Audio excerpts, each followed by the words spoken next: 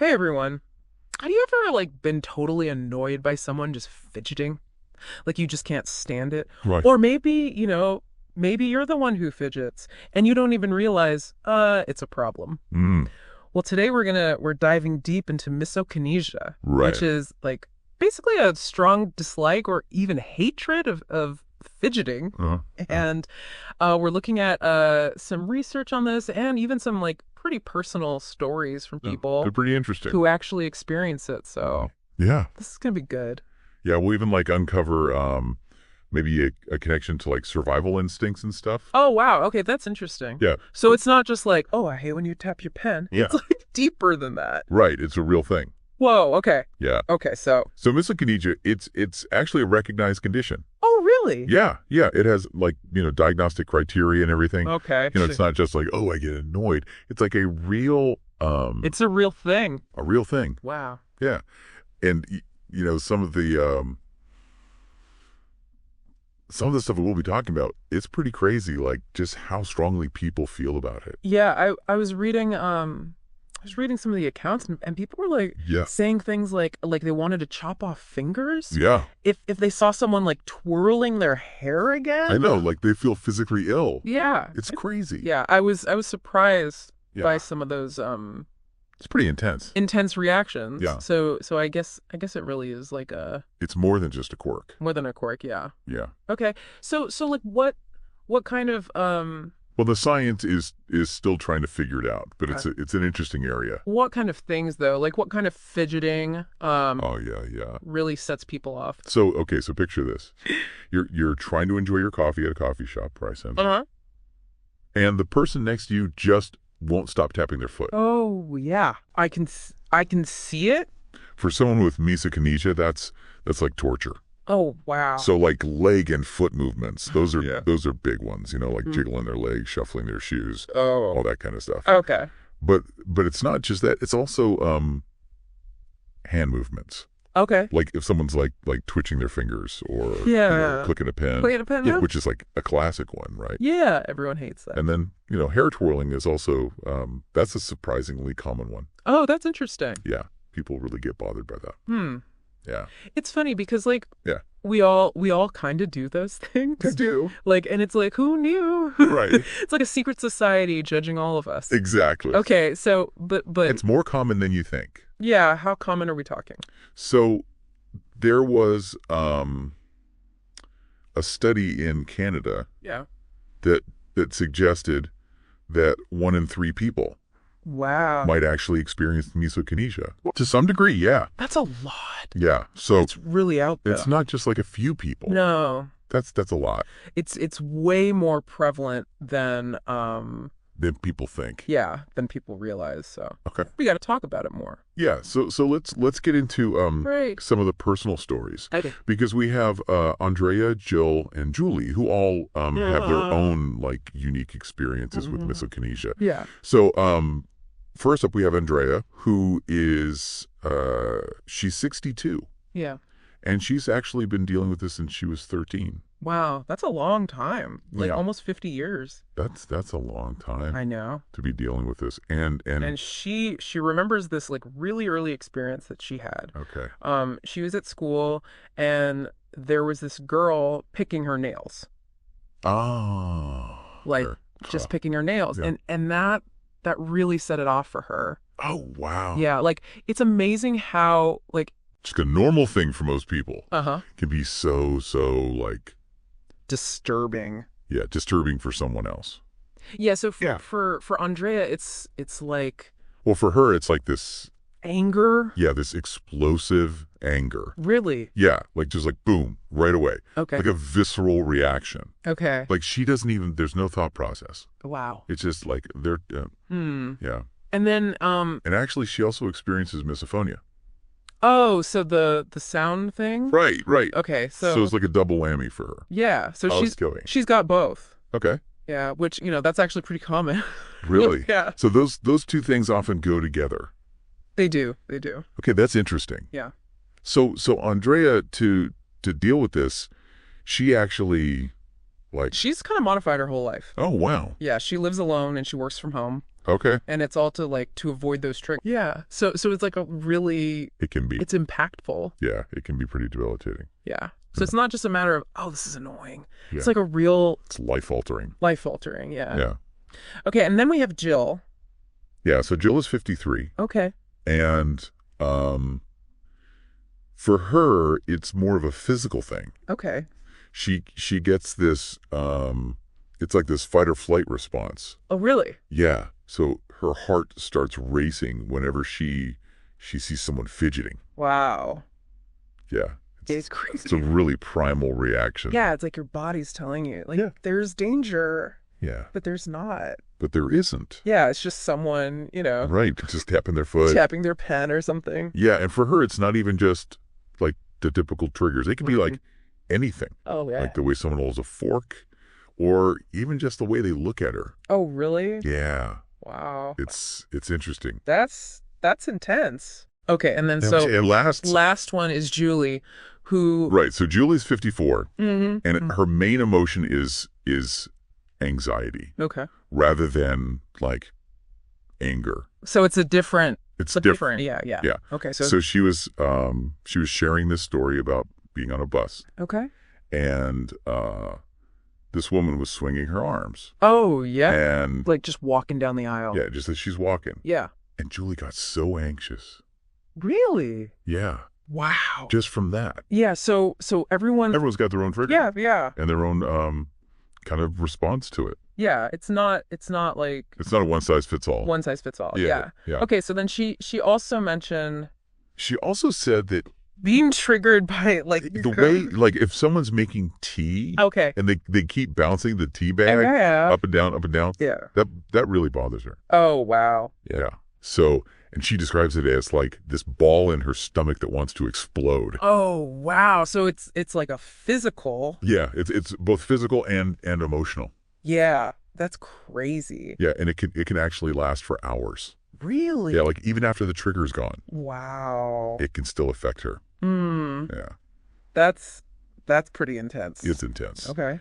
Yeah, and what's interesting about her is that she, Mhm. she's not afraid to like ask people to stop, Oh, really? but she often just like walks away instead. Okay. Yeah. So she's aware of it, but it's still like She's aware of it, but it's still like this, hard to deal with. yeah, this struggle. Yeah. Yeah, and she actually she feels like Oh. she shouldn't be reacting this way. Really? Yeah. So it's like shame on top of it. Yeah, exactly. There's like this internal Oh, wow. like dislike, like she dislikes herself Oh, for that's rough. it's tough. Yeah. Okay, so it's like it's complex. It's complex. Yeah. Yeah. It's more than just like, oh, I can't stand that sound. Right. It's like it's deeper than that. There's layers to it. Yeah. Yeah. Yeah, and it's sad because it makes it even harder for them to like, Yeah. deal with it. Yeah. Yeah. So, okay. So let's talk to an expert. Okay. We have Dr. Jane Gregory. Wow. She's a clinical psychologist, Oh, and she specializes in misokinesia and misophonia. okay. So both. Yeah, both of them. Interesting. Yeah, and it's it's interesting how they often go together. Yeah. Like there's definitely some sort of connection. Yeah. There's got to be something going on there Yeah. in the brain, like with Right. the senses or something. It seems like there's Okay. like a heightened sensitivity to certain Okay. stimuli. So Okay. So what are yeah, so what are some of the theories? yeah, the theory. So Dr. Gregory says that, for someone with misokinesia, it's like their brain is just like super sensitive Okay. to certain visual inputs.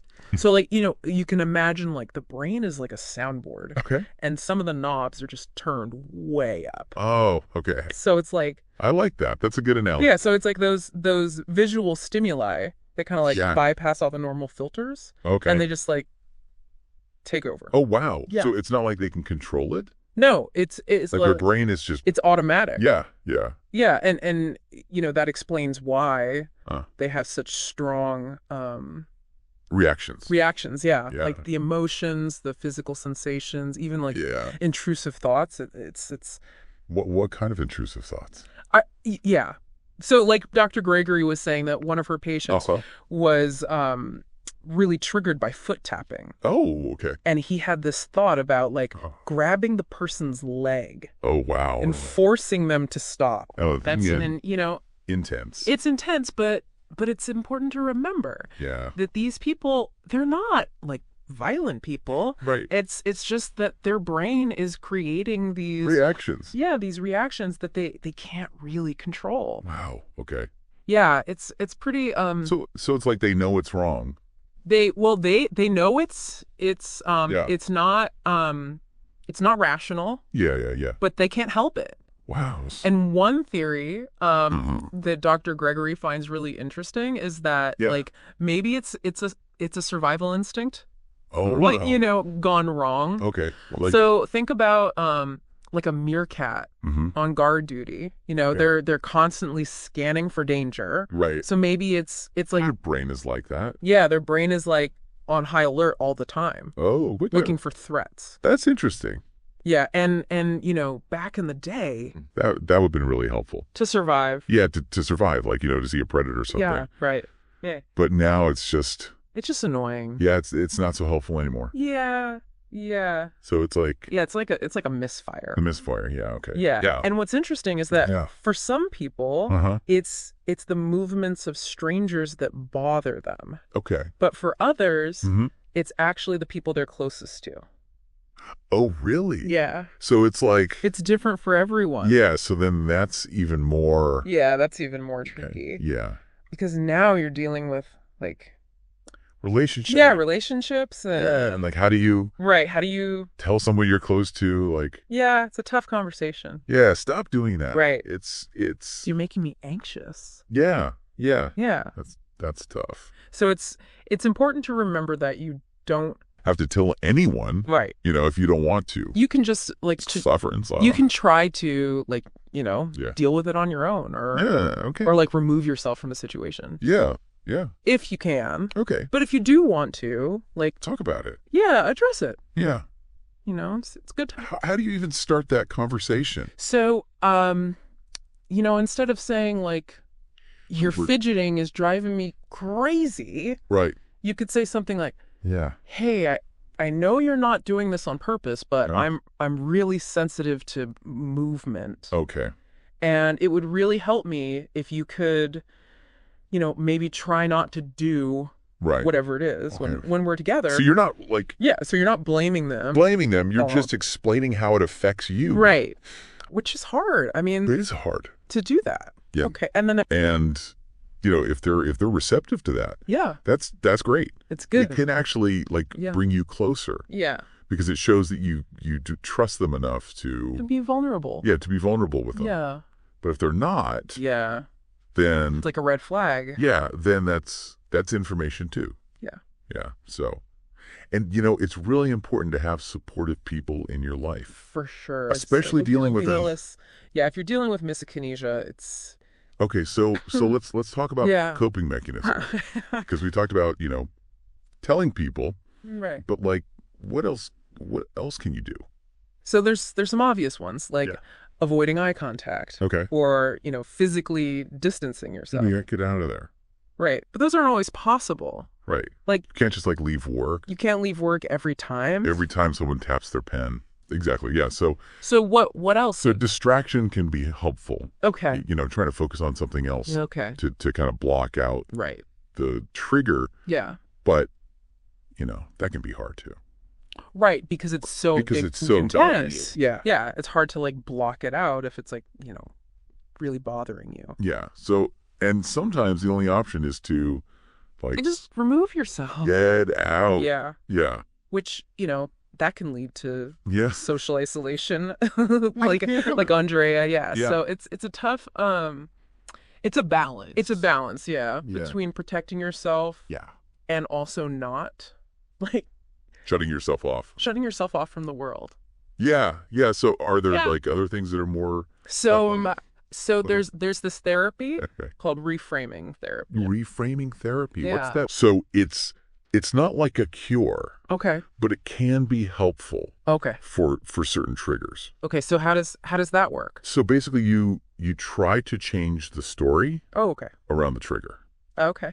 So, like, let's say someone's bothered by Uh-huh. hair twirling, right? Yeah. Instead of focusing on, like, Yeah. how much they hate it, Right. they could try to think about, like, Okay. why the person might be doing it.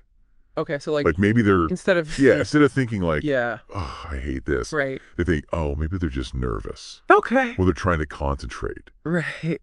That's Okay, so like give it a reason. a different meaning. Okay, so it's not just, like, Yeah. pointless fidgeting. Right. It's like, oh, there's a reason. There's a reason. Oh, Okay. yeah. I like that. So the goal is to, like, kind Yeah. of take away that, Negative. that negative emotional charge. Okay. So it doesn't bother you as much. Okay. So what about people who can't, afford therapy or whatever? So Andrea, she actually found a lot of support in Okay. connecting with other people Okay. who have misokinesia. Oh, so like Yeah, like a support group. okay. Yeah, So it's like you're not alone. exactly. It's like, you're not the only one Yeah. who feels this way. That's good. That's good. Yeah. So you can like share. Yeah, you can share your experiences and Yeah. your coping strategies. Yeah. Yeah. So it's really about Yeah. building that Understanding. understanding and support. Yeah. So do you think like in a world where everyone's like Yeah. talking about mindfulness and being self-aware and all that, Yeah, do you think that I could think that could help? help with this? Yeah, with misokinesia. Yeah. I think it could. If people were just more Aware. aware of it, Yeah, Yeah. and they understood, like, how it affects people. how it affects other people. Yeah. I think that would make a big difference. Yeah, just like a little bit of A little bit of empathy. yeah, empathy and understanding. Yeah. Yeah. So for our listeners out there, Yeah. what really stood out to you about all this? Yeah. Are you someone who fidgets? Yeah. Are you a fidgeter? Yeah. Or do you get triggered by? Are you the one who's like climbing the walls when someone's tapping their foot? Yeah. Tell us your Let us know. thoughts. Yeah.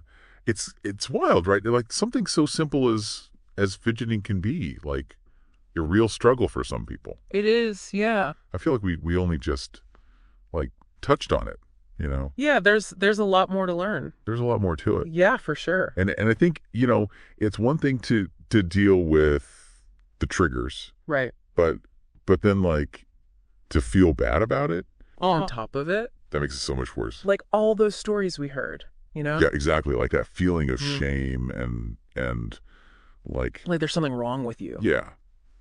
That's got to be tough. It is. And it prevents people from, getting help. Yeah. For sure. So as we kind of wrap this up, Yeah. what's the takeaway message? I think for me it's awareness. Yeah. Just knowing that this is a real thing. Yeah. It's more common than we think. Right. And it can really like affect people's lives. Yeah. It's not about being difficult or Right. controlling or something. No, it's how they experience the world. Yeah, so maybe with more awareness people can be more Understanding. yeah. Yeah, and have more empathy. Like Yeah. not just for the people who experience it, but Yeah. also for the people who might be, unknowingly triggering it. Yeah, like it's not always intentional. Right, exactly. Like they don't even realize. Yeah, they're just tapping their pen because they're thinking. Right, they're just being themselves. Yeah, and then it's like, oh, causing someone. It's causing someone else distress. Yeah. So I think, even just small things, Yeah. like being mindful of your movements, Yeah. especially if you know someone with misokinesia, Yeah. it can really make a difference. Yeah, that's a good point. Yeah. And for anyone out there who's experiencing this, Yeah. you're not alone. Right. There's resources out there. Yeah. There's support groups. Yeah. There's people who understand. Yeah. So, don't be afraid to Reach out. reach out. Yeah. And get help. Yeah, it can be managed. Yeah, for sure. So as we wrap up this deep dive, Yeah. I have a question for everyone. Like we live in a world that's so like Yeah. busy and noisy, Right. and there's just so much going on Yeah. Constant all stimulation. the time. Yeah. So is it possible that misokinesia is just like Oh, that's interesting. a sign of that? Like sensory overload? yeah, like our brains are just like Yeah. too much. It's like a Yeah. canary in a coal mine, Yeah. Like it's telling us something. Yeah. That's a good point. It's It's- something to think about. Something to think about. So let us know what you think. Yeah. We'd love to hear your thoughts.